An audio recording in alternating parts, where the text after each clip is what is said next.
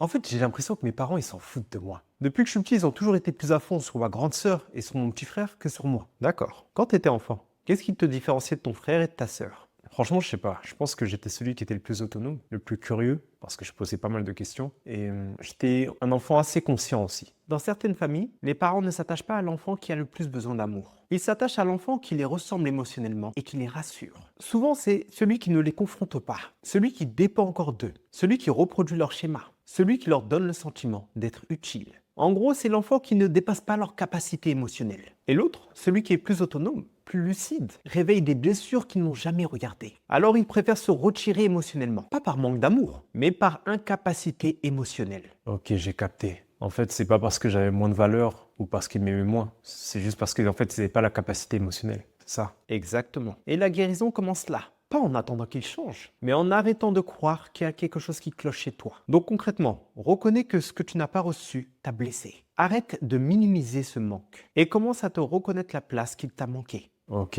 merci beaucoup, hein. Ça a remis pas mal de choses en place. Et je vais partager votre vidéo à des amis qui en ont besoin.